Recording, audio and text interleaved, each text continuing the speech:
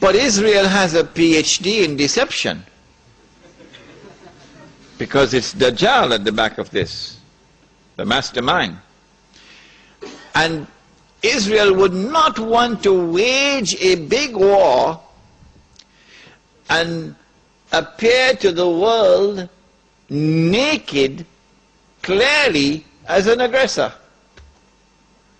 No, that's not deception. Israel has to wage her big war and make it appear as though she was only defending herself. The only Muslim I know of who has had the capacity to be able to penetrate the deception that has been going on all these years, the only one I know of, was a man who never went to Al-Azhar University. Now, he wasn't the Sheikh. His name was Malcolm X. He's the only man I know of who had that eyes wish to see and could clearly recognize the strategy and the deception. Read Malcolm X. How is Israel going to launch this big war and yet get away from being perceived by the whole of humanity as the aggressor, blatant aggression? You have to come with a good strategy. The strategy is this. Ariel Sharon goes into Masjid al-Aqsa with 1,000 Israeli military with him, with their shoes on, with the full knowledge that this calculated act of extreme provocation must have a response, a fiery response. And as the flames of the new intifada emerge, you must keep it burning by committing upon the Palestinian people more and more atrocities that drive them into a greater and greater rage. This is planning, this is strategy, this is not happening by accident. As Israel unleashes this barbaric oppression upon the Palestinian people, you must have a television station which you plant amongst them, which will cover this, that your Egyptian television would not cover, and your Jordanian government would not allow on Jordanian television, so you create something called Al Jazeera. And the Arab masses believe Al Jazeera is their station. This is the only place in the world we can get authentic information, Al Jazeera. So Al Jazeera is now used to portray all the atrocities.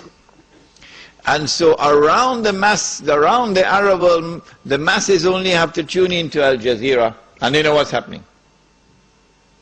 And so the Arab masses become more and more angry. Impending scenario in which, like the domino effect, governments around the world of Islam, they will claim, are now going to fall. And the world of Islam is rising up now. And one-eyed Muslims, of course, are going to believe it. The world of Islam is now going to rise up and all these governments are going to be swept away. And authentic governments representing the Muslim masses will now emerge.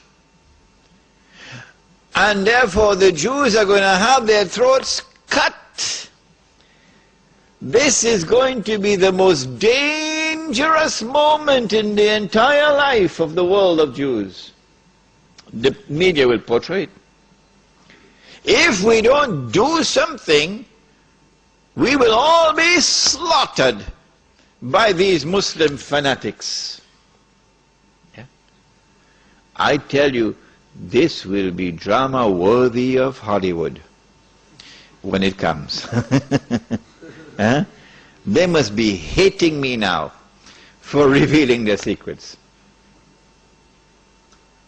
It is in this scenario that Israel will say, we have to do something. If we just sit here and do nothing, the state of Israel will be destroyed and the Jews will all be slaughtered. What can we do? They call it a preemptive strike. A preemptive strike. But it won't be a preemptive strike. It will be the most dazzling display of the magnificent application of state-of-the-art military technology that will leave even Uncle Sam in the backyard. A war like Uncle Sam has never seen and could never wage. That is what Israel is going to wage. Do they have the technology? I believe they have technology that even Uncle Sam doesn't have. It will be a lightning strike. Israel has to put on this magnificent display of military power and state-of-the-art technology beyond anything else that the world has ever known, in order for Israel to impress upon mankind the validity of its credentials that is now going to become the new ruling state in the world. Before Fahad could even blink, the Israelis have taken over the Saudi oil fields and the Iraqi and the Kuwaiti oil fields. The United States, of course, will make some noise, and Britain will make some noise, but will they send troops? No, of course not. The United Nations Security Council is now going to be used by the rest of the world, particularly Uncle Europe, and Uncle Japan, and the rest of the world. They will take the United Nations and seek to use the United Nations now to do something about this. Collective action to force Israel to withdraw. Because if Israel does not withdraw, Europe is going to be choked, and Japan is going to be choked. And as the United Nations is now being used for the first time in its history, an attempt is being made to use the United Nations